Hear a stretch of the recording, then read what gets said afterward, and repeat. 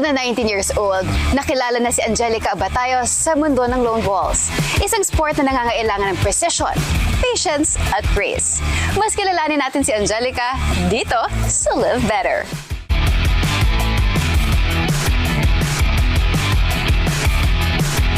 Ang lone balls ay isang precision sport kung saan ang mga manlalaro ay nagpapagulong ng mabibigat na ball patungo sa isang target na tinatawag na jack, na nangangailangan ng diskarte at control.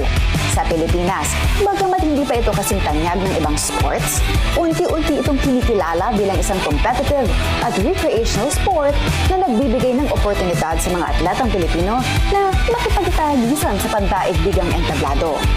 Isa, si Angelica Abatayo, kasapi ng Junior Philippine Lone Balls na patuloy na gumagawa ng pangalan sa larangang ito. Sa murang edad na 19, nakamitan niya ang iba't ibang parangal, kabilang ang isang impresibong silver medal finish sa prestihiyosong 2024 World Junior Lady Singles sa Hong Kong. Ngunit, paano nga ba nagsimula ang kanyang paglalakbay sa lone balls? Nag-start po ako ng 16 years old. Since pandemic, inintroduce po sa akin ng tita ko yung lone bowls. 20 years na po siyang national athlete. Then, pandemic po yun, strike, wala po kaming magawa. So, ayun po, inintroduce si tita ko yung bowling. Yun, naglalaro po kami, like, everyday na, kasi nagustuhan din po namin yung bowling. Naging mas, po ako sa lone bowls, naging interested po talaga ako ng sobra. Simula po nung inintroduce si tita ko yung lone bowls sa akin, kasi ayun po yung first sports na sinalihan ko, na talagang naging interested po talaga ako ng sobra. Ayon kay Philippine National Lone Balls multi-medalist Aini Nayan, natural ang galing ni Angelica sa paglalaro ng lone balls. First time pa lang niya na nagtatry sa lone balls, she's so natural. Yung delivery niya at saka yung passion niya sa lone balls na, okay, this is good, I like it. And tuloy-tuloy po yun. So, sobrang galing ng bata. She's very unique actually. Doon pa lang, so we actually concentrated on her. Nagbalik tanaw si Angelica sa kanyang unang international tournament sa Malaysia. Isang karanasang punong-puno ng kaba at panghihinayang. Ngunit sa halip na panghinaan ng loob, ginamit niya ang mga emosyong ito bilang inspirasyon upang magsumikap, magpursige, at maging isang mahusay na atleta. Nakakalungkot po yung nangyari sa Malaysia na parang may iiyak na lang po talaga kami sa sobrang lungkot kasi wala po talaga kaming nakuha sa Malaysia na parang mag-give up ka na sobrang lungkot kasi walang ni isang laro ata sa Malaysia na wala po talaga akong napanalo. Parang kinakabahan po ng sobra. Wala po talaga nun. Like, siguro first time pa lang po kaya sobrang kaba. Naghahalo-halo po yung emotion namin. Sinabi ko po sa sarili ko na mas gagalingan ko po sa next tournament na dadating. Sinabi ko sa sarili ko na hindi ako papayag na lagi na lang matatalo lang ako ng ganito, na hindi pwedeng maulit yung ganito. Kaya more on, sinabi ko talaga sa sarili ko na kaya ko to, na nagsipag talaga ako na mag-training. Dagdag ni Aini, bagamat hindi naging madali ang simula ni Angelica, nagbunga ang kanyang determinasyon at pagsisikap. The second year na nag-international siya, which is the Asian Lone Bulls sa Thailand. That was March last year. Imagine mo, nag-gold agad siya. You know, from when I was during my juniors year sa Lone Bulls, I started sa Asian Lone Bulls Championship. I started bronze. Then I went to silver. I never had gold sa juniors. That's during my time. With Angelica, straight away, right on the top, nag-champion siya agad. That was last year, March, sa Asian Championship sa Thailand. After that, dinala ko si Angelica sa Singapore. Last year uli, July.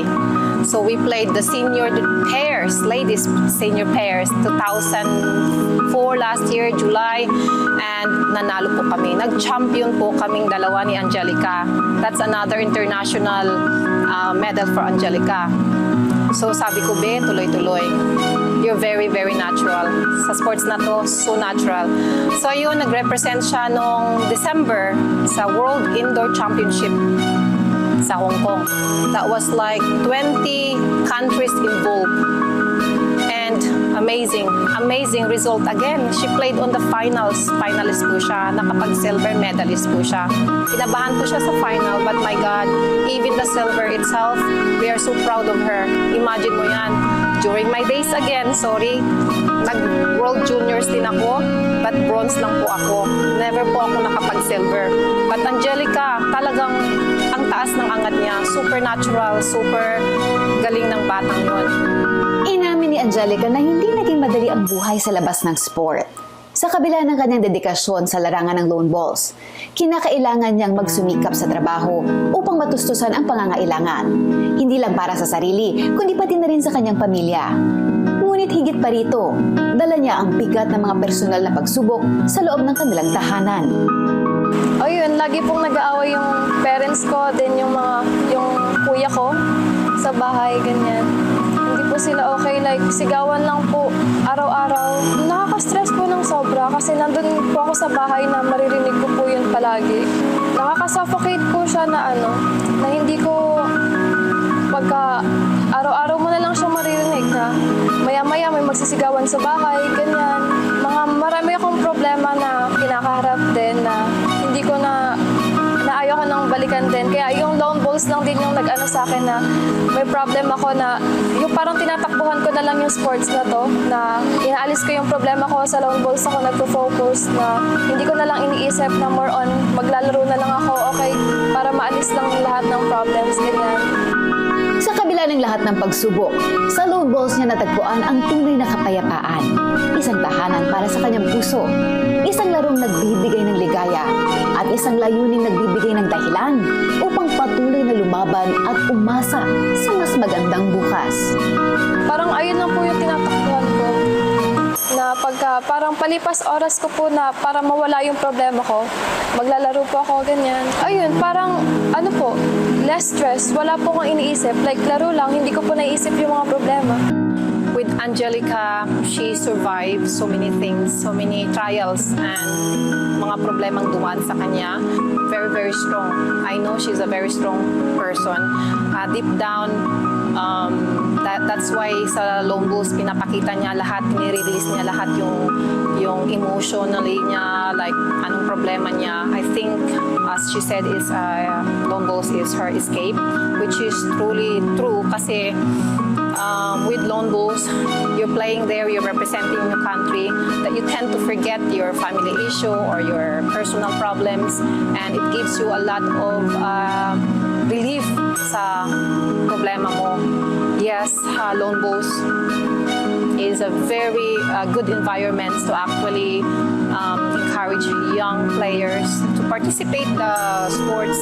Not just, pag gusto nyo ng escape or patanggal ng stress. I really, really know that lone balls help you to be confident, to be a different person, to help you build up yourself, or if you want to have dreams that you want to reach that one day, and to meet different friends around the world. Sa buhay at sa sports, hindi laging pinakamabilis o pinakamalakas ang nagwawagi, kundi ang may pusong hindi sumusuko. Gusto ko rin po makapasok sa national, then makalaro po makalaro ngayong taon sa Asian Championship, and hopefully makasali po ulit sa World Indoor sa December po ata yun. Sa mga kagaya kong young athlete, na wala naman kayong masyadong ginagawa sa bahay, pwede nyong itry yung sports namin. Like, mainit siya, pero makakatulong din to sa inyo. Kagaya ko na maraming problems na pag naglalaro ako, nawawala lahat yon. Baka gusto nyong itry din. Si Angelica Abatayo ay hindi lamang isang rising star sa mundo ng lone balls, kundi isa ring bituin sa buhay na patuloy na lumalaban sa anumang pagsubok. Sa murang edad, pinatunayan niya na ang determinasyon, disiplina at pagmamahal sa sport ay maaaring magbukas ng maraming pintuan ng oportunidad. Sa bawat hampas ng bola, dala niya ang pangarap hindi lamang para sa sarili, kundi para sa bayan. Bilang isang atleta, ipinapakita niya na ang tagumpay ay hindi lamang nasusukat sa mga medalya, kundi sa tibay ng loob, dedikasyon at kakayahang bumangon mula sa anumang pagkatalo. sa loob at labas ng playing field. Siya ay isang huwaran. Isang tunay na mandirigma ng buhay na patuloy na lumalaban para sa kanyang pangarap at sa kinabukasan ng lone balls sa Pilipinas. At dyan na nagtatapos ang ating episode ngayong hapon. My name is Meg Siozon, encouraging everyone to live better.